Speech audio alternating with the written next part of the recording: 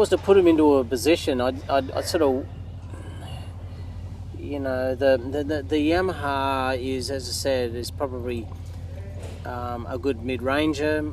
It's difficult to put them into ranking, but look, they're all got different personalities and different strengths and different weaknesses.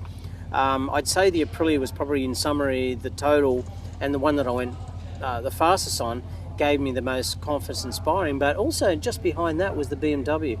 The BMW steers very, very precisely and very, very good, considering it's got an across-the-frame four-cylinder. Out of all the four cylinders, I think it was that and the Honda were probably the best handling four-cylinder.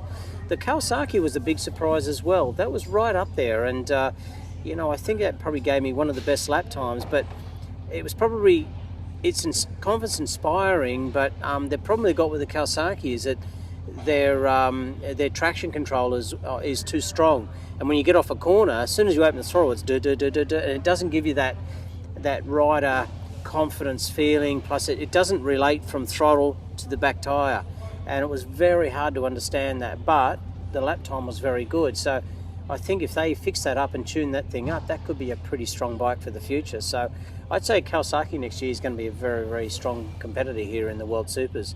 Then the Honda, Honda's always very fast, very good. Probably one of the weakest bikes I think today was probably the Suzuki. The Suzuki feels big, feels old-fashioned, and it's got a great engine, but I think the chassis and everything around us is a bit outdated. I think the Japanese have some work to do there to actually pick their game up and come and join the front runners. But it certainly shows, out of all this, that they're heading in a direction of, and Aprilia is leading that, and BMW not far behind. They're going down towards this Grand Prix style motorcycle, being accurate, sharp, and that's the way they're going to develop their bikes in the future.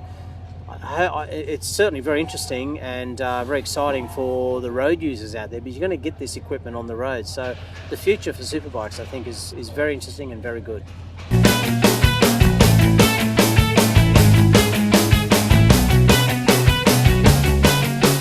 Well, this is a great class of racing. This is where the average rider or consumer on the street that goes and buys a motorcycle, he can come and see his motorcycle raced. That's the great beauty of this. It's a bit like touring cars, and people then get a following, and then they can see the performance of their bike. So it's kind of like a good advertising for the manufacturers. So that's why obviously they show strong support here. On top of that, they can then go and bling their bikes up and buy the similar bits to what the guys are doing with the Superbike team. So it's a very good class that the street rider can relate to, and it's a very good class because it teaches some of the young riders on how to manage and race at tight areas. And that's the beauty of it. Because they're all modified street bikes, it produces some very, very close racing.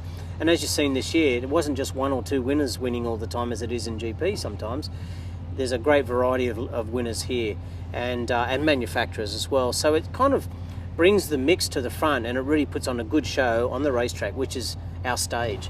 And I think that TV enhances that, and I think that the Flamini Group and the SBK Championship is really flourishing, and I think it has a very, very bright future. And for me, it opened my eyes up here how good it is and how professional it is. So it was a pleasure to be here this weekend with them.